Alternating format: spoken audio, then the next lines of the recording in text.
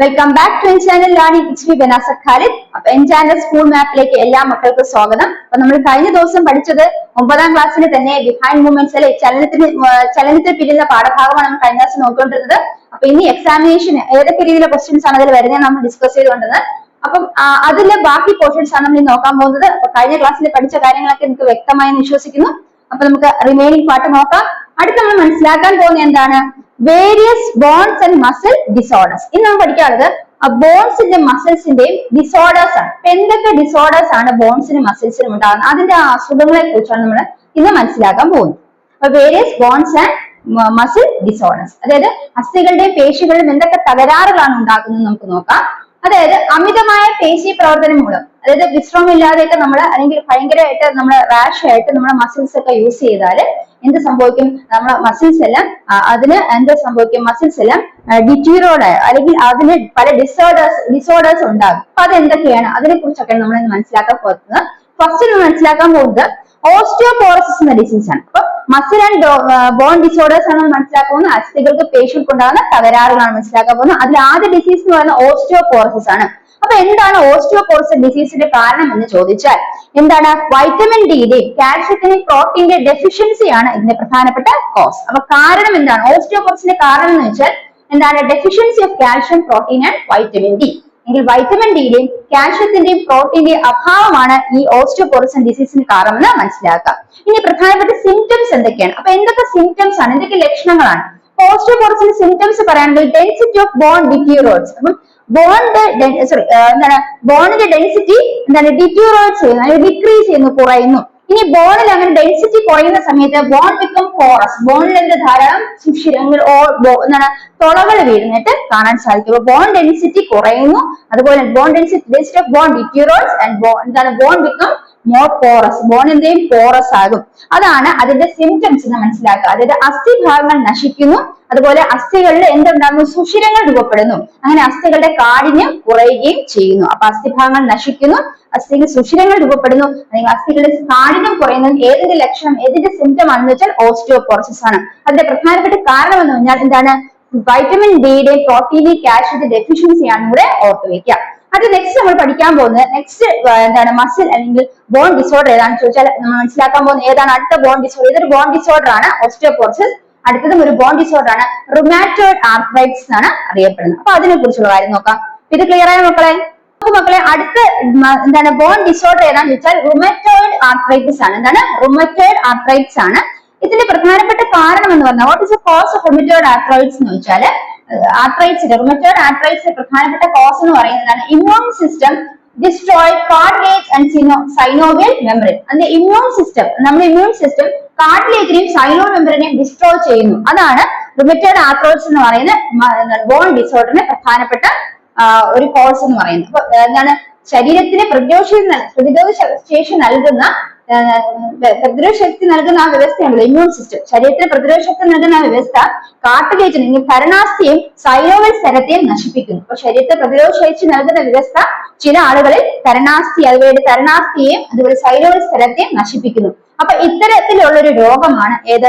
Rheumatoid arthritis എന്ന് മനസ്സിലാക്കേണ്ടത്. ഇനി അതിന് പ്രധാനപ്പെട്ട ലക്ഷണങ്ങൾ, സിംറ്റംസ് എന്ന് പറയുന്നത് severe pain and swelling in joints, അതായത് സന്ധികളിലെ വേദനയും നീർവീക്കവുമാണ് ഇതിന്റെ പ്രധാനപ്പെട്ട സിംറ്റംസ്. അപ്പൊ റുമാറ്റോയിഡ് ആർത്രൈറ്റിസ് എന്ന് പറയുന്ന മറ്റൊരു ഡിസോർഡർ ആണ്. അതിന്റെ പ്രധാനപ്പെട്ട കോസ് എന്ന് പറയുന്നത് immune system destroys cartilage and synovial membrane in certain people's.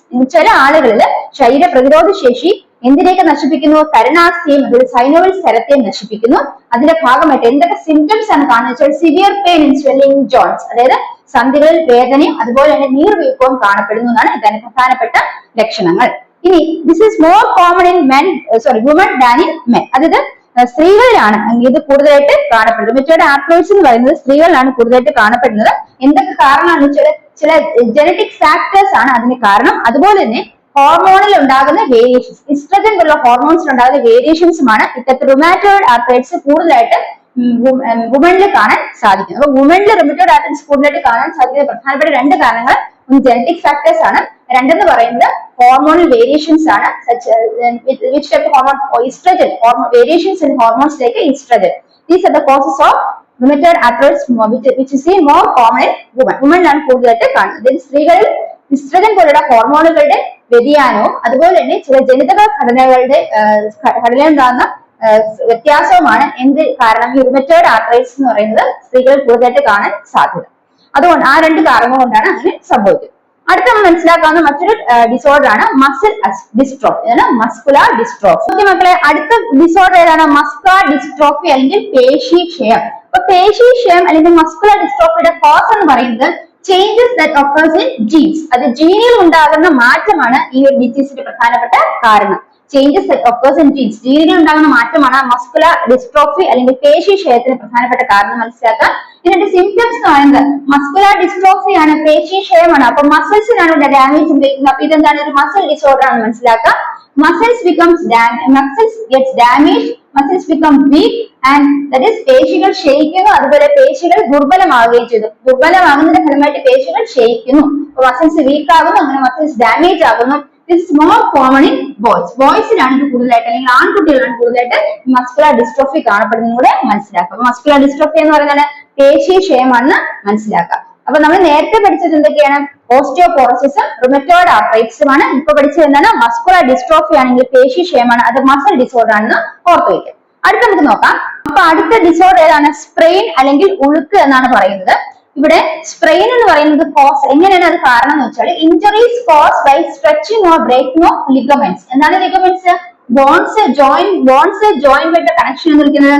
ബോൺസിനെ joint ആയിട്ട് കണക്ട് ചെയ്യുന്ന ലിഗമെന്റ്സ് അല്ലെ. അപ്പൊ ആ ലിഗമെന്റ്സിന്റെ ബ്രേക്ക് ചെയ്യുകയോ സ്ട്രെച്ച് ചെയ്യുകയോ ചെയ്ത് ഇഞ്ചറീസ് കോസ് ആയാൽ ഉണ്ടാകുന്നതാണ് സ്പ്രെയിൻ അല്ലെങ്കിൽ ഉളുക്ക്. സോ സ്പ്രെയിൻ അല്ലെങ്കിൽ ഉളുക്ക് എന്ന് പറഞ്ഞാൽ injuries cause by stretching or breaking of ligaments which connects bones in a joint. അതായത് എന്താണ്?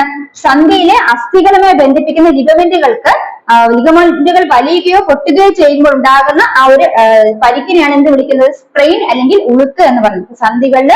സന്ധിയിലെ പേശികളുമായി ബന്ധിപ്പിക്കുന്ന ലിഗമെന്റുകൾക്ക് എന്താണ് വലിയുകയോ അവ പൊട്ടുകയോ ചെയ്യുമ്പോൾ ഉണ്ടാകുന്ന പരിക്കുകളെയാണ് സ്പ്രെയിൻ അല്ലെങ്കിൽ ഉളുക്ക് എന്ന് പറയുന്നത്. ഇതിന്റെ സിംറ്റംസ് എന്ന് പറയുന്നത് ജോയിന്റ്സിന് ആംഗിൾസിലെ ജോയിന്റ്സിനും അതുപോലെ റിസ്റ്റിലും നീരും എല്ലാം പെയിൻ ഉണ്ടാകുന്നു, പിന്നെ സ്വെല്ലിംഗ് ഉണ്ടാകുന്നു, അതുപോലെ ബ്രൂയിസസ് ഉണ്ടാകുന്നു, പിന്നെ difficulty in moving joints move ചെയ്യുന്നതിന് ഡിഫിക്കൽട്ടി ഉണ്ടാകുന്നു.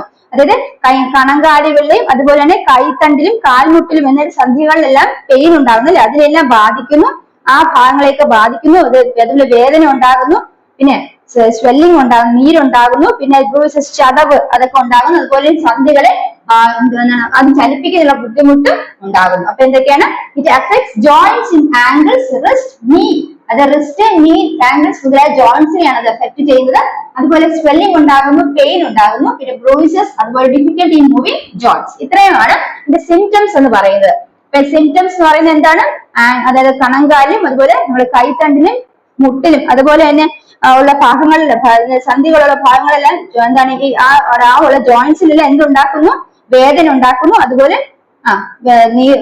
സ്വെല്ലിംഗ് ഉണ്ടാക്കുന്നു, അതുപോലെ ചതവ് ഉണ്ടാക്കുന്നു, അതുപോലെ ജോയിന്റ്സിന് മൂവ് ചെയ്യുന്നതിന് ഡിഫിക്കൽട്ടി ഉണ്ടാക്കുന്നു. ഇത്രയാണ് ഇതിന്റെ സിംറ്റംസ് എന്ന് മനസ്സിലാക്കുക. അപ്പൊ നമ്മൾ ഇത്ര നേരം ഡിസ്കസ് ചെയ്യുന്നതാണ് പല ബോൺസിന്റെ മസിൽ ഡിസോർഡേഴ്സ് ആണ് മനസ്സിലാക്കുന്നത്. ഏതൊക്കെയാണ് നമ്മൾ പഠിച്ച? ഓസ്റ്റിയോപോറോസിസ്, അതെ, അതുപോലെ റുമറ്റോയ്ഡ് ആർത്രൈറ്റിസ്, ഓസ്റ്റിയോപോറോസിസ്, പിന്നെ പഠിച്ചത് മസ്കുലാർ ഡിസ്ട്രോഫി, ഇപ്പൊ പഠിച്ചത് സ്പ്രെയിൻ. അങ്ങനെ ഡിഫറെന്റ് മസിൽ ആൻഡ് ബോൺ ഡിസോർഡേഴ്സിനെ കുറിച്ച് മനസ്സിലാക്കി, അതിന്റെ കോസ് മനസ്സിലാക്കി, സിംറ്റംസ് മനസ്സിലാക്കി. അപ്പൊ ഇത്രയും ക്ലിയർ ആയല്ലോ. അപ്പൊ അടുത്ത പോർഷനോട്ട് നമുക്ക് പോയാണ്. അപ്പൊ ഇത് ഒരു മസ്റ്റ് ആയിട്ട് പഠിച്ചിരിക്കേണ്ട ഒരു പോയിന്റ് ആണ്. അപ്പൊ നിങ്ങൾ നോക്കി തന്നെ പോവാം. നമ്മള് ഫസ്റ്റ് എയ്ഡ് മെഷേഴ്സ് ആണ്. അപ്പൊ ഫസ്റ്റ് എയ്ഡ് നമുക്ക് മസിൽസ് ബോൺസ് എന്തൊക്കെ ഇഞ്ചറി ഒക്കെ സംഭവിച്ചാൽ നമ്മൾ എന്ത് ഫസ്റ്റ് എയ്ഡ് ആണ് യൂസ് ചെയ്യുന്നത്? അപ്പൊ പ്രധാനമായിട്ട് നമുക്ക് ടെക്സ്റ്റ് ബുക്കിൽ മനസ്സിലാക്കാൻ തന്നിരിക്കുന്നത് 3 ഫസ്റ്റ് എയ്ഡ് മെഷേഴ്സ് ആണ്. Sling, sprint and bandage. എവിടെയാണ് സ്ലിംഗ് യൂസ് ചെയ്യുന്നത്, എവിടെയാണ് സ്പ്രിന്റ് യൂസ് ചെയ്യുന്നത്, എവിടെയാണ് ബാൻഡേജ് യൂസ് ചെയ്യുന്നത് എന്നാണ് നമ്മൾ മനസ്സിലാക്കുന്നത്. ഫസ്റ്റ് സ്ലിംഗ് എന്ന് പറയുന്ന ഫസ്റ്റ് എയ്ഡ് മെഷർ എവിടെയാണ് യൂസ് ചെയ്യുന്നത്? ഇത് provide support restrict movement of N injured limb. അതായത് സപ്പോർട്ട് പ്രൊവൈഡ് ചെയ്യുന്നു, അതുപോലെ ഒരു ഇൻജേർഡ് ലിംബ് ഏതാണ്? അതൊക്കെ ആകാം, ഒന്നുകിൽ കൈ ആകാം, അല്ലെങ്കിൽ എൽബോ ആകാം, അല്ലെങ്കിൽ ഷോൾഡർ ആകാം. ഈ ലിംബിന്റെ ഇൻജേർഡ് ആയ ലിംബിന്റെ മൂവ്മെന്റിനെ റെസ്ട്രിക്ട് ചെയ്യുന്നതിനുമാണ് സ്ലിംഗ് ഇടുന്നത്. അപ്പൊ സ്ലിംഗ് എന്ന് പറയുന്നത് ഫസ്റ്റ് എയ്ഡ് മെഷർ എന്തിനൊക്കെ യൂസ് ചെയ്യുന്നു? സപ്പോർട്ട് കൊടുക്കുന്നതിന്, അതുപോലെ തന്നെ ഇൻജേർഡ് ആയിട്ട് ലിംബ് അത് ഏതൊക്കെ ആകാം? ആം ആകാം, എൽബോ ആകാം, ഷോൾഡർ ആകാം. ഈ സ്ഥലങ്ങളിൽ ലിംബ് എന്ന് പറഞ്ഞാൽ കൈമുട്ട് അല്ലെ, കൈമുട്ട് അതുപോലെ തന്നെ ഷോൾഡർ, ഇതെല്ലാം ലിംസ്. ആ ലിംസിന്റെ ഇൻജേർഡ് ഭാഗത്തിന് മൂവ്മെന്റ് റെസ്ട്രിക്ട് ചെയ്യാൻ വേണ്ടിയിട്ടാണ് എന്ത് പ്രൊവൈഡ് ചെയ്യുന്നത്? സ്ലിംഗ് പ്രൊവൈഡ് ചെയ്യുന്നത്. അപ്പൊ സ്ലിംഗ് എന്ന് പറഞ്ഞൊരു ഫസ്റ്റ് എയ്ഡ് മെഷർ ആണ്. അത് സപ്പോർട്ട് പ്രൊവൈഡ് ചെയ്യുന്നത്. എന്താണ് അതിന് സപ്പോർട്ട് കൊടുക്കുന്നു. അതുപോലെ തന്നെ ഇൻജേർഡ് ലിംബിന്റെ മൂവ്മെന്റ് റെസ്ട്രിക്ട് ചെയ്യുന്നു. അതായത് ആ ഒരു കൈമുട്ട് കാൽമുട്ടിനൊക്കെ ഇഞ്ചുറി സംഭവിച്ചാൽ അതിന് മൂവ് ചെയ്യാതെ അത് ചലിപ്പിക്കാതിരിക്കുന്നതിനും അതുപോലെ തന്നെ അതിന് എന്താണ് അതിന് താങ്ങ് കൊടുക്കുന്നതിന് സപ്പോർട്ട് കൊടുക്കുന്നതിനുമായിട്ടാണ് നമ്മൾ സ്ലിംഗ് എന്നുള്ള ഫസ്റ്റ് എയ്ഡ് മെഷർ യൂസ് ചെയ്യുന്നത്. അപ്പം താങ്ങും അതുപോലെ തന്നെ ചലനത്തിനെ നിയന്ത്രിക്കുന്നതിന് വേണ്ടി ഇൻജേർഡ് ലിംബിന്റെ ചലനത്തിനെ നിയന്ത്രിക്കുന്നതിനും അതുപോലെ തന്നെ താങ്ങ് കൊടുക്കുന്നതിനും വേണ്ടിയാണ് സ്ലിംഗ് എന്ന് പറയുന്ന ഫസ്റ്റ് എയ്ഡ് മെഷർ യൂസ് ചെയ്യുന്നത്. അടുത്ത സ്പ്ലിന്റർ എന്നുള്ള ഫസ്റ്റ് എയ്ഡ് മെഷർ എവിടെ യൂസ് ചെയ്യുന്നത്? It is used to immobilise a broken bone to prevent further damage and pain. അതായത് ഒരു ബ്രോക്കൺ ബോണിനെ ഇമ്മൊബിലൈസ് ചെയ്യുക, അതായത് ഒരു ബോൺ ബ്രോക്ക്, അതായത് ഒരു അസ്ഥിക്ക് എന്തെങ്കിലും ഒരു മുറിവ് സംഭവിച്ചു, എങ്ങനെ പൊട്ടൽ സംഭവിച്ചു. അപ്പൊ ആ ഒരു പൊട്ടൽ സംഭവിച്ച അസ്ഥിയെ ഇമ്മൊബിലൈസ് ചെയ്യുക, അതായത് അനക്കാതെ വെക്കുന്നതിനും ഫർദർ ഡാമേജ് തുടർന്ന് ഡാമേജ് പെയിൻ ഒന്നും ഉണ്ടാകാതിരിക്കുന്നതിന് വേണ്ടി യൂസ് ചെയ്യുന്ന ഫസ്റ്റ് എയ്ഡ് മെഷർ ആണ് എന്ത്? സ്പ്ലിന്റർ എന്ന് പറയുന്നത്. സ്പ്ലിന്റർ എന്ന് പറഞ്ഞ ഫസ്റ്റ് എയ്ഡ് മെഷർ എവിടെ യൂസ് ചെയ്യുന്നത്? അസ്ഥികൾക്ക് ഒടിവ് സംഭവിക്കുമ്പോൾ അല്ലെങ്കിൽ അവർക്ക് ഒടിവ് സംഭവിക്കുമ്പോൾ അസ്ഥികളെ ചലിപ്പിക്കാതിരിക്കുന്നതിനും അത് പിന്നീട് അതിന് എന്തെങ്കിലും നാശമോ അല്ലെങ്കിൽ വേദന ഉണ്ടാകാതിരിക്കാനും വേണ്ടി ഉപയോഗിക്കുന്ന ഫസ്റ്റ് എയ്ഡ് മെഷർ ആണ് ഇത് സ്പ്ലിന്റർ എന്ന് പറയുന്നത്. So it is used to immobilise a broken bone to prevent further damage and pain. അടുത്തത് ബാൻഡേജ് എന്ന് പറയുന്നത് എന്താണ്? It is used for covering protecting wounds and injuries. നമുക്കറിയാം ബാൻഡേജ് എന്ന് പറയുന്നത് വൂണ്ട്സും ഇഞ്ചുറീസും, മുറിവുകൾ അതുപോലെ തന്നെ എന്തെങ്കിലും ക്ഷതങ്ങളൊക്കെ ഉണ്ടെങ്കിൽ അത് കവർ ചെയ്യുന്നതിനും അത് പൊതിഞ്ഞ് സൂക്ഷിക്കുന്ന അല്ലെ പൊതിഞ്ഞ് സംരക്ഷിക്കുന്ന പ്രൊട്ടക്ട് ചെയ്യുന്ന കവർ ചെയ്യുന്നതിനുമാണ് എന്ത് യൂസ് ചെയ്യുന്നത്? ബാൻഡേജ് എന്ന് പറയുന്ന ഫസ്റ്റ് എയ്ഡ് മെഷർ യൂസ് ചെയ്യുന്നത്. അപ്പൊ പ്രധാനപ്പെട്ട ഫസ്റ്റ് എയ്ഡ് മെഷർ പഠിച്ചത് സ്ലിംഗ്, സ്പ്ലിന്റ് ആൻഡ് ബാൻഡേജ്. എവിടെയൊക്കെയാണ് യൂസ് ചെയ്യുന്നത്? സ്ലിംഗ് എന്ന് പറയുന്നത് to support and to restrict the movement of an injured limb, that is may be arm, elbow or shoulder. In splinter എന്ന് പറയുന്നത് it is used to immobilize a broken bone to prevent further damage and pain. Then bandage is used for covering, protecting wounds and injuries. അത്രയാണ് നമ്മൾ first aid മെഷേഴ്സിൽ ഇവിടെ മനസ്സിലാക്കേണ്ടത് ഉള്ളത്. അടുത്ത next നമ്മൾ പഠിക്കാൻ പോകുന്നത്, നമ്മൾ ഇത്ര നേരം പഠിച്ചുകൊണ്ടിരുന്നത് എന്താണ് ഹ്യൂമൻ അല്ലെങ്കിൽ എന്താണ് ആനിമൽസിലുള്ളാവുന്ന മൂവ്മെന്റ്സിനെ കുറിച്ചാണ്. ഇനി നമുക്ക് പ്ലാന്റ്സിനുള്ള മൂവ്മെന്റ്സ് എങ്ങനെയാണ് ഇവിടെ നോക്കിക്കോ. അപ്പൊ നമ്മുടെ മക്കളെ നമ്മൾ ഇത്ര നേരം പഠിച്ചുകൊണ്ടിരുന്നത് എന്താണ് ജന്തുക്കളുടെ ചലനമാണ്. അപ്പൊ ജന്തുക്കൾക്ക് ഒരു സ്ഥലത്ത് നിന്ന് മറ്റൊരു സ്ഥലത്തേക്ക് ചലിക്കാൻ സാധിക്കും അല്ലെ. എന്താണ് ആനിമൽസിന് ഒരു സ്ഥലത്ത് മറ്റൊരു സ്ഥലത്തേക്ക് മൂവ്മെന്റ് പോസിബിൾ ആണ്. അതുകൊണ്ട് അവിടെ നമുക്ക് ഡിഫറെന്റ് ടൈപ്സ് ഓഫ് സ്കെൽറ്റൽ സിസ്റ്റത്തിനെ കുറിച്ചൊക്കെ നമ്മൾ മനസ്സിലാക്കി. പക്ഷേ ഈ ചലനം എന്ന് പറഞ്ഞ പ്ലാന്റ്സിനെ സംബന്ധിച്ചുള്ള പ്ലാന്റ്സിന്റെ മൂവ്മെന്റ്സ് എന്ന് പറഞ്ഞാൽ എന്താണ്? ഒരു സ്ഥലത്ത് മറ്റൊരു സ്ഥലത്തേക്ക് പ്ലാന്റ് മൂവ് ചെയ്യുന്നുണ്ട് ഇല്ല. അപ്പൊ അത്തരത്തിലുള്ള മൂവ്മെന്റ് നമുക്ക് പ്ലാന്റ്സിൽ പഠിക്കാനില്ല. പിന്നെ എങ്ങനെയാണ് പ്ലാന്റ്സിൽ മൂവ്മെന്റ് പോസിബിൾ ആവുന്നത്? പ്ലാന്റ്സിൽ മൂവ്മെന്റ് ഉണ്ടാകുന്ന പ്രധാനപ്പെട്ട കാരണം സ്റ്റിമുലസ് അല്ലെങ്കിൽ ഉദ്ദീപനമാണ്. Plants movements occurs according to stimulus, അതായത് ഉദ്ദീപനങ്ങൾക്കനുസരിച്ചാണ് ഇവിടെ ചലനം ഉണ്ടാകുന്നത്, സസ്യങ്ങളിൽ ചലനം ഉണ്ടാകുന്നത്. അപ്പൊ ഇവിടെ പ്ലാന്റ്സിൽ മൂവ്മെന്റ് ഉണ്ടാകുന്ന അക്കോർഡിംഗ് ടു സ്റ്റിമുലസ് അല്ലെങ്കിൽ ഉദ്ദീപനങ്ങൾക്കനുസരിച്ചാണ് ഈ പറയുന്ന സസ്യങ്ങളിൽ ചലനം ഉണ്ടാകുന്നത്. ഇനി അതുപോലെ തന്നെ എന്താണ് ഈ ഇന്റേണൽ അല്ലെങ്കിൽ എക്സ്റ്റേണൽ ഇൻസ്റ്റിഗേഷൻ ആണ് ഈ ഒരു റെസ്പോൺസ് ലിവിംഗ് ഓർഗാനിസത്തിൽ ഉണ്ടാക്കുന്നത്. അതിനെയാണ് സ്റ്റിമുലസ് എന്ന് പറയുന്നത്. സ്റ്റിമുലസ് എന്ന് പറയുന്നത് എന്താണ്? Internal or external instigation evoking a response. ഒരു റെസ്പോൺസ് ഉണ്ടാക്കുന്ന ബാഹ്യമായിട്ട് അല്ലെങ്കിൽ ആന്തരികമായി ഉണ്ടാകുന്ന ഒരു പ്രേരണയാണ് എന്ത് വിളിക്കുന്നത്?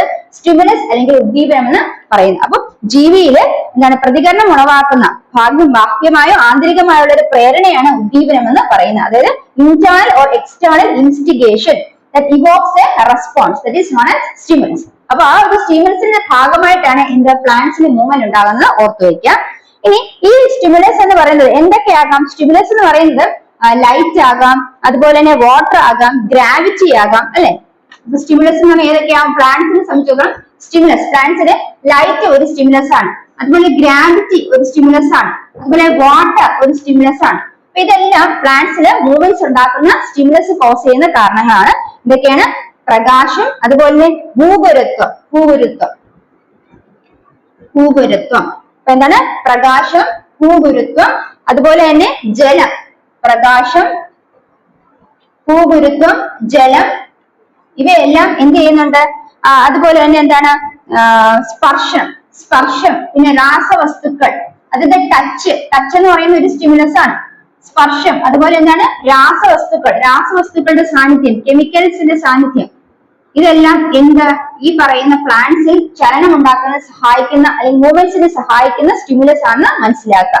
അപ്പൊ മൂവ്മെന്റ്സ് പ്ലാന്റ്സിൽ ഉണ്ടാകുന്നത് ഇൻ അക്കോർഡൻസ് ടു സ്റ്റിമുലസ് അല്ലെങ്കിൽ ഉദ്ദീപനങ്ങൾ അനുസരിച്ചാണ് സസ്യങ്ങളിൽ ചലനം ഉണ്ടാകുന്നത്.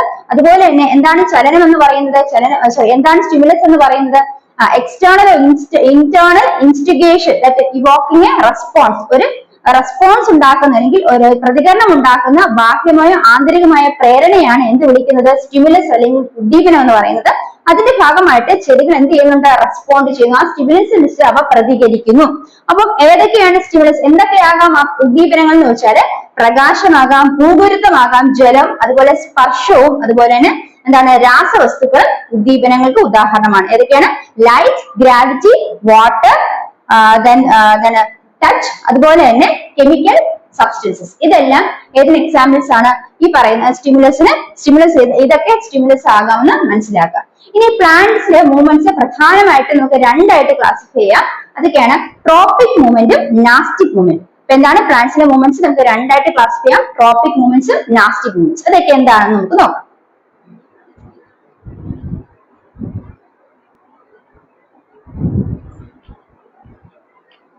ഇനി നോക്കുമ്പോൾ നമ്മൾ മനസ്സിലാക്കി പ്ലാന്റ്സിലെ മൂവ്മെന്റ്സ് പോസിബിൾ ആകുന്നത് അപ്പം എന്താണ്, സ്റ്റിമുലസിന്റെ സഹായത്തോടു കൂടിയാണെന്ന് പറഞ്ഞു. ഇനി അത് പ്രധാനമായും പ്ലാന്റ്സ് രണ്ട് ടൈപ്പ് മൂവ്മെന്റ്സ് ആണ്, ഒന്ന് ട്രോപ്പിക് മൂവ്മെന്റ്സും ഒന്ന് നാസ്റ്റിക് മൂവ്മെന്റ്സുമാണ്. എന്താണ് ട്രോപ്പിക് മൂവ്മെന്റ്സ് എന്ന് പറയുന്നത്, സ്റ്റിമുലസിന് അനുസരിച്ചാണ് മൂവ്മെന്റ്സ് നടക്കുന്നെങ്കിൽ, movements according to the direction of stimulus, എവിടെയാണ് സ്റ്റിമുലസ് ഉണ്ടാകുന്ന ആ സ്റ്റിമുലസിന്റെ അതേ ഡയറക്ഷനിലാണ് ഇവിടെ മൂവ്മെന്റ്സ് നടക്കുന്നതെങ്കിൽ അതിനെയാണ് ട്രോപ്പിക് മൂവ്മെന്റ്സ് എന്ന് പറയുന്നത്. അപ്പൊ എവിടെയാണ് ഉദ്ദീപനം ലഭിക്കുന്നത്, അല്ലെങ്കിൽ ആ ഉദ്ദീപനത്തിന്റെ നേരെ ദിശയിലാണ് ഈ പറയുന്ന പ്ലാന്റിന്റെ മൂവ്മെന്റ് ഉണ്ടാകുന്ന സസ്യം ചലിക്കുന്നുവെങ്കിൽ അതിനെയാണ് ട്രോപ്പിക് മൂവ്മെന്റ് എന്ന് പറയുന്നത്. ഇനി സ്റ്റിമുലസിന്റെ ഡയറക്ഷൻ അല്ല, എവിടെ ഒരു ഉദ്ദീപനങ്ങളും ഇല്ല, ആ ഉദ്ദീപനത്തിന്റെ ഭാഗമായിട്ടല്ല ചലനം സംഭവിക്കുന്നെങ്കിൽ അത്തരം മൂവ്മെന്റ്സിനെ എന്ത് വിളിക്കുന്നു, നാസ്റ്റിക മൂവ്മെന്റ്സ് അല്ലെങ്കിൽ നാസ്റ്റിക് മൂവ്മെന്റ്സ് എന്ന് വിളിക്കുന്നു. അപ്പൊ പ്ലാന്റ് മൂവ്മെന്റ്സ് പ്രധാനമായും രണ്ടായിട്ടുണ്ട്, ട്രോപ്പിക് മൂവ്മെന്റ്സും നാസ്റ്റിക് മൂവ്മെന്റ്സും. ട്രോപ്പിക് മൂവ്മെന്റ്സ് എന്ന് പറയുന്നത് stimulus movement in accordance to direction of stimulus, nastic movements എന്ന് പറഞ്ഞാൽ not in direction of stimulus. അപ്പം ഉദ്ദീപനങ്ങൾക്ക് നേരെയാണ് സസ്യചലനം നടക്കുന്നതെങ്കിൽ അത് ട്രോപ്പിക് ചലനമെന്നും, ഇനി അതുപോലെ എന്താണ് ഉദ്ദീപനങ്ങൾക്ക് നേരെ അല്ല ചലനം നടക്കുന്നതെങ്കിൽ അതിനെ നാസ്തിക ചലനമെന്നും പറയുന്നതും കൂടെ ഓർത്തുവെക്കും. അപ്പൊ അടുത്ത് നമ്മൾ മനസ്സിലാക്കാൻ പോകുന്നത് ഈ സസ്യങ്ങളിൽ തന്നെ വിവിധ തരം ചലനങ്ങളുണ്ട്. അപ്പൊ അത് എന്തൊക്കെയാണ് നമുക്ക് നോക്കാം. ഇപ്പൊ സസ്യങ്ങളിലെ ചലനം നമ്മൾ പഠിച്ചു, പ്രധാനമായി രണ്ടാണ്, ഒന്ന് ട്രോപ്പിക് ചലനമെങ്കിൽ ട്രോപ്പിക് മൂവ്മെന്റ്, അത് നാസ്തിക ചലനമെങ്കിൽ നാസ്റ്റിക് മൂവ്മെന്റ്. ഇനി ഇതിൽ തന്നെ നമുക്ക് സസ്യങ്ങളുടെ ചലനം നമുക്ക് ഉദ്ദീപനങ്ങൾക്കനുസരിച്ച് അവർ പ്രധാനമായിട്ട് മൂന്നായിട്ട് തരംതിരിക്കും. അപ്പൊ ഉദ്ദീപനങ്ങൾക്കനുസരിച്ച് നമുക്ക് സസ്യങ്ങൾ എത്തരത്തില് 3 രീതിയിലാണ് സസ്യങ്ങളുടെ ചലനം കാണപ്പെടുന്നത് നോക്കാം. ഏതൊക്കെയാണത് നോക്കാം.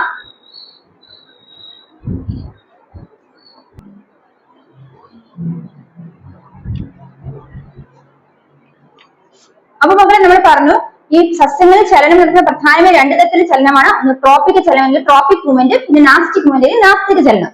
ഇവിടെ നമ്മൾ പറഞ്ഞു ഉദ്ദീപനങ്ങൾക്കനുസരിച്ചാണ് സസ്യങ്ങളിൽ ചലനം നടക്കുന്നത് പറഞ്ഞു അല്ലെ. ഉദ്ദീപനങ്ങളുടെ അടിസ്ഥാനത്തിലാണ് ചലനം നടക്കുന്നതെങ്കിൽ അതിനെയാണ് ട്രോപ്പിക് ചലനം ട്രോപ്പിക് മൂവ്മെന്റ്സ് എന്ന് പറയുന്നത്. ഇനി ഉദ്ദീപനങ്ങൾക്ക് അടിസ്ഥാനമല്ല, അതായത് not in accordance stimulus, stimulus അനുസരിച്ച് അല്ലെങ്കിൽ അതിന് നാസ്റ്റിക് മൂവ്മെന്റ്സ് അല്ലെങ്കിൽ നാസ്തിക ചലനമാണെന്നാണ് പറഞ്ഞത്. അപ്പൊ ഇവിടെ തന്നെ നമ്മൾ മനസ്സിലാക്കേണ്ടത് ഈ പറയുന്ന ട്രോപ്പിക് ചലനം ട്രോപ്പിക് മൂവ്മെന്റ്സ് ഉദ്ദീപനങ്ങൾ അനുസരിച്ചാണ് നടക്കുന്നത്. അതിന് നമുക്ക് 3ആയിട്ട് തരംതിരിക്കാം. അതിലൊന്നാണ് പ്രകാശ ട്രോപ്പിക് ചലനം. എന്നാണ് നമ്മൾ പറഞ്ഞു ഉദ്ദീപനങ്ങൾക്കനുസരിച്ച് ചലനം സംഭവിക്കുന്നു. അപ്പൊ പലതരം ഉദ്ദീപനങ്ങൾക്കനുസരിച്ച് നമുക്ക് ആ ചലനത്തെ വേർതിരിക്കാം. അപ്പൊ ആദ്യം പ്രകാശ ട്രോപ്പിക ചലനം എങ്കിൽ ഫോട്ടോട്രോപ്പിസം എന്നാണ് പറയപ്പെടുന്നത്. അപ്പൊ പ്രകാശ ട്രോപ്പിക ചലനം എന്ന് പറഞ്ഞാൽ പേരിൽ നിന്ന് മനസ്സിലാക്കാം, പ്രകാശത്തിന് ആണ് അവിടെ ഉദ്ദീപനം, ലൈറ്റ് ആണ് അവിടുത്തെ സ്റ്റിമുലസ് എന്ന് മനസ്സിലാക്കാം. അപ്പൊ പ്രകാശങ്ങളുടെ ഉദ്ദീപനം സ്റ്റിമുലസിനനുസരിച്ചാണ് അവിടെ സസ്യങ്ങളിൽ എന്താണ് മൂവ്മെന്റ് സംഭവിക്കുന്നത്, സസ്യങ്ങളുടെ എന്താണ് ചലനം സംഭവിക്കുന്നത് പ്രകാശം എന്ന് പറയുന്ന ഉദ്ദീപനത്തിന്റെ സഹായത്തോടു കൂടിയാണ്. അപ്പൊ ആ ഉദ്ദീപനം അനുസരിച്ച് അല്ലെങ്കിൽ ലൈറ്റിന്റെ സ്റ്റിമുലസ് അനുസരിച്ചാണ് അവിടെ പ്ലാന്റ്സിൽ മൂവ്മെന്റ് നടക്കുന്നെങ്കിൽ അത് എന്ത് വിളിക്കും, phototropism. So movement of plants in accordance to the stimulus light, in accordance to the stimulus light എന്ന സ്റ്റിമുലസിന് അക്കോർഡൻസ് ആയിട്ടാണ് പ്ലാന്റ്സ് മൂവ്മെന്റ് നടക്കുന്നത്, ഫോട്ടോട്രോപ്പിസം എന്ന് പറയുന്നു. അപ്പൊ ഇവിടെ സ്റ്റിമുലസ് എന്താണ്, സൺലൈറ്റ് ആണ് ഇവിടുത്തെ സ്റ്റിമുലസ്, അല്ലെങ്കിൽ നമുക്ക് സൺലൈറ്റ് എന്ന് പറയാം, അല്ലെങ്കിൽ ലൈറ്റ് ആണ് ഇവിടുത്തെ സ്റ്റിമുലസ് എന്ന് പറയാം. ഇനി ഇതിന്റെ അപ്പൊ സൺലൈറ്റിന്റെ സ്റ്റിമുലസ് അനുസരിച്ചാണ് ഇവിടെ മൂവ്മെന്റ്സ് നടക്കുന്നതെന്ന് പറഞ്ഞു.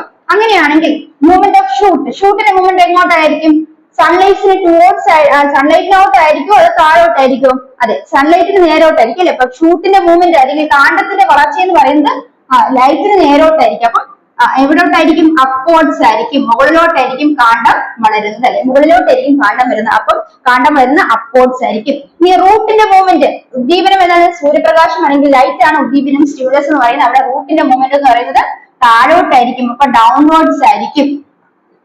റൂട്ടിന്റെ മൂവ്മെന്റ് ഏതാണ്? ഡൗൺവേർഡ്സ് ആയിരിക്കും. ഫോട്ടോട്രോപ്പിസം അല്ലെങ്കിൽ പ്രകാശട്രോപിക ചലനം എന്ന് പറയുന്നത് അവിടുത്തെ സ്റ്റിമുലസ് അല്ലെങ്കിൽ ഉദ്ദീപനം എന്ന് പറയുന്നത് സൂര്യപ്രകാശം അല്ലെങ്കിൽ സൺലൈറ്റ് അല്ലെങ്കിൽ പ്രകാശമായിരിക്കും. അവിടെ ഷൂട്ടിന്റെ മൂവ്മെന്റ് എന്ന് പറയുന്നത് മുകളിലോട്ട് അപ്വേർഡ്സ് ആയിരിക്കും. അതിൽ റൂട്ടിന്റെ മൂവ്മെന്റ് എന്ന് പറയുന്നത് ഡൗൺവേർഡ്സ് ആയിരിക്കും എന്ന് ഓർത്തു വയ്ക്കുക. അടുത്തത് ജിയോട്രോപ്പിസം ആണ്, അല്ലെങ്കിൽ ഭൂഗുരുത്വ ട്രോപിക ചലനമാണ് ജിയോട്രോപ്പിസം. ഇനി ഭൂഗുരുത്വ ട്രോപിക ചലനം പേരിൽ നിന്ന് നമുക്ക് മനസ്സിലാക്കാം. ജിയോട്രോപ്പിസം എന്ന് പറഞ്ഞാൽ അവിടെ ഉദ്ദീപനം ആരാണ്? ഗ്രാവിറ്റിയാണ്, ഭൂഗുരുത്വമാണ് അവിടുത്തെ ഉദ്ദീപന സ്റ്റിമുലസ് എന്ന് ഓർത്തു വെക്കുക. ഭൂഗുരുത്വം അല്ലെങ്കിൽ ഗ്രാവിറ്റിയാണ് അവിടുത്തെ സ്റ്റിമുലസ്. ഇനി അവിടെ മൂവ്മെന്റ്, ഷൂട്ടിന്റെ മൂവ്മെന്റ് ഗ്രാവിറ്റി അനുസരിച്ചാണ്. അപ്പൊ ഭൂമിയിൽ അങ്ങോട്ടാണ്, അപ്പൊ എങ്ങനെയാണ് ഷൂട്ട് മൂവ് ചെയ്യുന്നത്? ഷൂട്ട് എങ്ങോട്ട് മൂവ് ചെയ്യും? ഷൂട്ട് അപ്വേർഡ്സ് തന്നെയായിരിക്കും മൂവ് ചെയ്യുന്നത്. അല്ലെങ്കിൽ നെഗറ്റീവ് ജിയോട്രോപിക് എന്നാണ് ഷൂട്ടിനെ പറയുന്നത്, നമുക്ക് മനസ്സിലാക്കേണ്ട ആവശ്യമില്ല. ഇനി റൂട്ടിന്റെ കേസിലാണെങ്കിൽ റൂട്ട് എങ്ങോട്ട് മൂവ് ചെയ്യും? റൂട്ട് ഡൗൺവേർഡ്സ് ആയിട്ടായിരിക്കും മൂവ് ചെയ്യുന്നത്, റൂട്ട് താഴോട്ടായിരിക്കും തന്നെ മൂവ് ചെയ്യുന്നത്. മനസ്സിലായോ? അപ്പൊ ഷൂട്ട് എന്ന് പറയുന്നത് മുകളിലോട്ടും റൂട്ട് എന്ന് പറയുന്നത് ഡൗൺവേർഡ്സ് ആയിട്ടും, അതായത് ജിയോട്രോപ്പിസം ഗ്രാവിറ്റിയാണ് അവിടെ സ്റ്റിമുലസ് എന്ന് ഓർത്ത് വയ്ക്കുക. ഇനി അവിടെ ഷൂട്ടിന്റെ മൂവ്മെന്റ് എന്ന് പറയുന്നത് മുകളിലോട്ടും റൂട്ടിന്റെ മൂവ്മെന്റ് എന്ന് പറയുന്നത് ഡൗൺവേർഡ്സ് ആണെന്ന് ഓർത്ത് വയ്ക്കുക. ഇനി ഹൈഡ്രോട്രോപ്പിസം എന്ന് പറയുന്നത് ജലട്രോപിക ചലനം, അതായത് ജലമാണ് ഇവിടെ ഉദ്ദീപനം. ഈ സ്റ്റിമുലസ് എന്ന് പറയുന്നത് ജലമാണ്. അപ്പൊ ജലത്തിന്റെ അനുസരിച്ചാണ്, ഉദ്ദീപനം അനുസരിച്ചാണ് ഇവിടെ പ്ലാന്റ്സിൽ മൂവ്മെന്റ്സ് നടക്കുന്നത്. അപ്പൊ അവിടെ ജലം അല്ലെങ്കിൽ എന്താണ് വാട്ടർ ആണ് സ്റ്റിമുലസ് എന്ന് പറയുന്നത്. അപ്പൊ വെള്ളത്തിന്റെ മൂവ്മെന്റ്, അപ്പൊ വെള്ളത്തിന്റെ സ്റ്റിമുലസ് അനുസരിച്ച് ഷൂട്ടിന്റെ മൂവ്മെന്റ് എങ്ങോട്ടിരിക്കും, അല്ലെങ്കിൽ കാണ്ഡം എങ്ങോട്ട് മൂവ് ചെയ്യും? കാണ്ഡം എങ്ങോട്ട് വളരും? കാണ്ഡം മുകളിലോട്ട് വളരും. ഇനി വേരല്ലേ വെള്ളം വലിച്ചെടുക്കുന്നത്, അപ്പൊ വേര് എങ്ങോട്ട് വളരും? വേര് താഴോട്ട് വളരും. ഇപ്പൊ ഡൗൺവേർഡ്സ് ആയിട്ടാണ് വേര് വളരുന്നത്, അല്ലെങ്കിൽ വേര് റൂട്ടിന്റെ മൂവ്മെന്റ് എന്ന് പറയുന്നത് താഴോട്ടായിരിക്കും. മനസ്സിലായോ? അപ്പൊ ഇത്രയാണ് പ്രധാനമായിട്ട് മനസ്സിലാക്കേണ്ട പ്ലാന്റ്സിന്റെ മൂവ്മെന്റ്സ്. ഇത് ഉദ്ദീപനങ്ങൾക്കനുസരിച്ചുള്ള മൂവ്മെന്റ്സ് ആണ്. അതായത് പ്രകാശട്രോപിക ചലനം ഫോട്ടോട്രോപ്പിസം, ജിയോട്രോപ്പിസം അല്ലെങ്കിൽ ഭൂഗർഭ ട്രോപിക ചലനം, ഹൈഡ്രോട്രോപ്പിസം അല്ലെങ്കിൽ ജലട്രോപിക ചലനം. ഇത് മൂന്നും എന്താണ്? ഉദ്ദീപനങ്ങൾക്കനുസരിച്ച് ഉണ്ടാകുന്ന പറയുന്ന സസ്യങ്ങളുടെ ചലനമാണെന്ന് ഓർത്തു വയ്ക്കാം. ഇനി പ്രധാനമായിട്ട് രണ്ട് ചലനങ്ങൾ കൂടി നമ്മൾ മനസ്സിലാക്കേണ്ടതായിട്ടുണ്ട്. അത് പക്ഷേ ഈ പറഞ്ഞ ഉദ്ദീപനങ്ങൾക്ക് അനുസരിച്ചല്ല, മറ്റു രണ്ട് തരത്തിലുള്ള സസ്യങ്ങളുടെ ചലനമാണ്. അത് ഏതാണെന്ന് നമുക്ക് നോക്കാം. നമ്മൾ അടുത്ത പഠിക്കാൻ പോകുന്നത് ഹാപ്റ്റോട്രോപ്പിസം അല്ലെങ്കിൽ സ്പർശട്രോപിക ചലനമാണ്.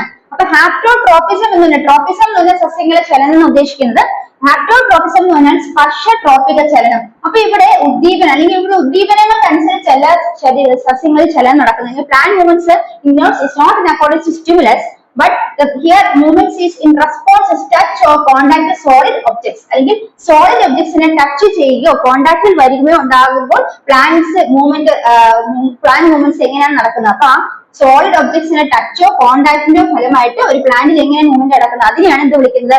സ്പർശട്രോപ്പിസം. ഹാപ്റ്റോട്രോപ്പിസം അല്ലെങ്കിൽ സ്പർശട്രോപിക ചലനം എന്ന് വിളിക്കുന്നത്. ഒരു പ്ലാന്റ് മറ്റൊരു ഖരവസ്തുവിലേക്ക് തൊടുകയോ അല്ലെങ്കിൽ അതുമായിട്ട് ചേർന്നിരിക്കുമ്പോൾ ചെയ്യുമ്പോൾ ആ സസ്യങ്ങൾ എങ്ങനെയാണ് ചലനം ഉണ്ടാകുന്നത്, അതിനെയാണ് സ്പർശട്രോപിക. സ്പർശനത്തിലൂടെയാണ് ഇവിടെ ചലനം സംഭവിക്കുന്നതെങ്കിൽ അതിന് സ്പർശട്രോപിക ചലനം എന്ന് പറയുന്നു. അല്ലെങ്കിൽ എന്താണ് ഹാപ്റ്റോട്രോപ്പിസം എന്ന് പറയുന്നത്? ഉദാഹരണത്തിന് ഈ ക്ലൈംബേഴ്സ് ഉണ്ടല്ലോ, ക്ലൈംബേഴ്സിലെ ടെൻഡ്രിൽസ്, അതായത് ഈ എന്താണ് ചുറ്റിപ്പിടിച്ച് വളരുന്ന ചെടികള് എന്ത് ചെയ്യുന്നു? അവയിലെ ടെൻഡ്രിൽസ് കാണും അല്ലെ. ഉദാഹരണത്തിന് നമുക്ക് പറയാം എന്താണ് ഈ പാഷൻ ഫ്രൂട്ട് ഒക്കെ എന്താണ്, അതിലൊക്കെ ടെൻഡ്രിൽസ് കാണാം അല്ലെ, അത് ക്ലൈംബർ ആണ്. അപ്പൊ ടെൻഡ്രിൽസ് എന്ന് പറയുന്നത് എന്താണ്? ഈ പറയുന്ന ഈ സ്പർശട്രോപിക ചലനത്തിന്റെ ഭാഗമായിട്ടാണ് അതനുസരിച്ചാണ് ആ ഒരു ടെൻഡ്രിൽസിന്റെ സഹായത്തോടു കൂടിയാണ് സ്പർശട്രോപിക ചലനം ആ പ്ലാന്റ്സിൽ നടക്കുന്നത്. അതായത് ആ ഒരു ഒബ്ജക്ട് ആ ഒരു മറ്റൊരു ചെടിയിലേക്ക് പറ്റിപ്പിടിച്ച് ക്ലൈംബേഴ്സ് വളരുന്നത് ഏത് ചലനത്തിന്റെ ഭാഗമാണ്? സ്പർശട്രോപിക ചലനത്തിന്റെ ഭാഗമാണെന്ന് ഓർത്തു വെക്കുക. അപ്പൊ അടുത്തത് കീമോട്രോപ്പിസം ആണ്, അല്ലെങ്കിൽ രാസട്രോപിക ചലനം. പേര് തന്നെ മനസ്സിലാക്കാം, കെമിക്കൽസുമായി റെസ്പോണ്ട് ചെയ്ത് ഉണ്ടാകുന്ന പ്ലാന്റ് മൂവ്മെന്റ്സ് ആണ് ഇത്. അല്ലെങ്കിൽ രാസവസ്തുക്കളുമായി ബന്ധപ്പെട്ട് സസ്യങ്ങളിൽ ചലനം ഉണ്ടാകുന്ന ഇനി കീമോട്രോപ്പിസം എന്ന് പറയുന്ന രാസട്രോപിക ചലനം എന്ന് ഓർത്തു വെക്കുക. അപ്പൊ ഹാപ്റ്റോട്രോപ്പിസം എന്ന സ്പർശട്രോപിക ചലനം, അതായത് മറ്റൊരു ഖരവസ്തുവിന്റെ സ്പർശനം അല്ലെങ്കിൽ അതിന്റെ അടുത്ത് ചേർത്ത് നിർത്തുമ്പോൾ ഉണ്ടാകുന്ന സസ്യങ്ങളുടെ ചലനമാണ് എന്ത് പറയുന്നത്? സ്പർശട്രോപിക ചലനം. എങ്കിൽ ഹാപ്റ്റോട്രോപ്പിസം എക്സാമ്പിൾ എന്ന് പറഞ്ഞാൽ ക്ലൈംബേഴ്സ് ടെൻഡ്രിൽസിന്റെ സഹായത്തോടു കൂടി വളരുന്നത്, മറ്റുള്ള ചെടിയെ പറ്റിപ്പിടിച്ച് വളരുന്ന ഏതിന് എക്സാമ്പിൾ ആണ്? സ്പർശട്രോപിക ചലനമാണെന്ന് ഓർത്തു വയ്ക്കുക. ഈ കീമോട്രോപ്പിസം എന്ന രാസട്രോപിക ചലനമാണ്, അതായത് കെമിക്കൽസ് റെസ്പോണ്ട് ചെയ്ത് സസ്യങ്ങൾ പ്ലാന്റ്സ് മൂവ്മെന്റ് നടക്കുന്നെങ്കിൽ അതിന് ഹീമോട്രോപ്സ് എന്ന് വിളിക്കുന്നു. ഇനി നാസ്റ്റിക് മൂവ്മെന്റ് നമ്മൾ നേരത്തെ പറഞ്ഞാണ്, അത് not in according to stimulus. ഇവിടെ ടച്ച് ആണ്, ടച്ചിന് റെസ്പോണ്ട് ചെയ്താണ് പ്ലാന്റ്സ് മൂവ്മെന്റ്സ് നടക്കുന്നത്. അപ്പൊ ടച്ച് മീ നോട്ടിലൊക്കെ നമ്മൾ തൊടുമ്പോൾ അത് എന്ത് ചെയ്യും, അതങ്ങ് കൂമ്പിപ്പോ അല്ലെ. അപ്പൊ അതാണ് അത് നാസ്റ്റിക് മൂവ്മെന്റ് എക്സാമ്പിൾ ആണ്.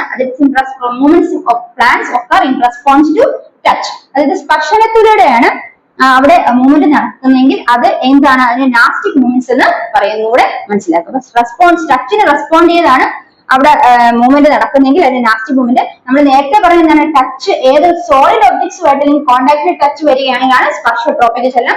മറ്റേന്ന് പറഞ്ഞാൽ നമ്മൾ തൊടുന്ന ടച്ച് ആണ്. അപ്പൊ അതാണ് എന്ത് പറയുന്നത്, നാസ്റ്റിക് മൂവ്മെന്റ്സിന് എക്സാമ്പിൾ ആയിട്ട് മനസ്സിലാക്കി. അപ്പൊ ഈ ഒരു ചാപ്റ്റർ ഇതോടുകൂടി എൻഡ് ചെയ്യാണ്. അപ്പൊ നമ്മൾ ഈ ക്ലാസ്സിന് എന്തൊക്കെ മനസ്സിലാക്കി, ഈ പാഠഭാഗത്തിൽ എന്തൊക്കെയാണ് ക്ലിയർ ആയ, എല്ലാ ഭാഗങ്ങളും നിങ്ങൾക്ക് ക്ലിയർ ആയെന്ന് വിശ്വസിക്കുന്നു. അപ്പം ക്ലിയർ ആയി യൂസ്ഫുൾ ആയി എന്നൊക്കെ തോന്നുകയാണെങ്കിൽ തീർച്ചയായും ഈ ചാനൽ സബ്സ്ക്രൈബ് ചെയ്യാം. അടുത്ത ക്ലാസ്സിനെ വെയിറ്റ് ചെയ്യുക. ഉടനെ തന്നെ അടുത്ത class ഉണ്ടാക്കിയിരിക്കാൻ. Bye from me. Thank you.